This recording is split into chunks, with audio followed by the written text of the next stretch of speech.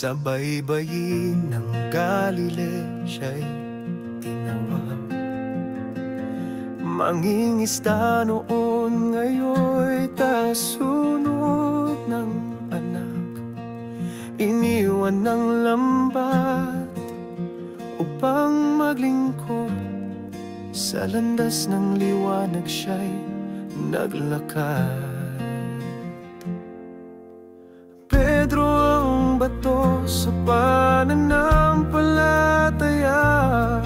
Kahit nagkamali sa harap ng Diyos Ama, itinuwid ang landas ng may pusong mapagpakumbaba.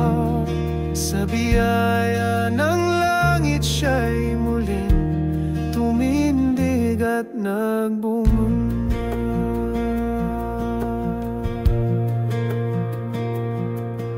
Sa dagat ng unos siya'y naglakad,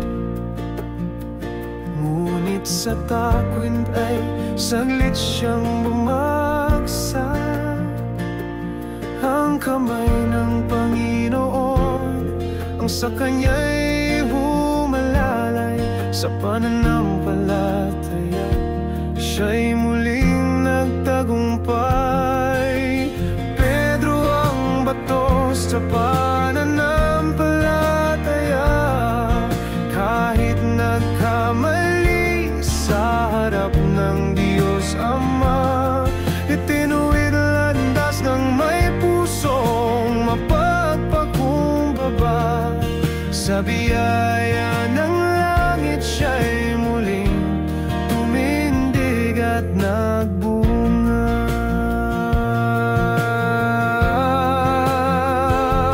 Tatlong beses niyang itinanggi ang Panginoon, ngunit sa pagluway natagpuan ang kahulugan. Pag-ibig at awang nagbalik sa kanyang daan. Si Pedro'y naging saksi sa muling pagkabuhay ng may lalang. Pedro ang bato sa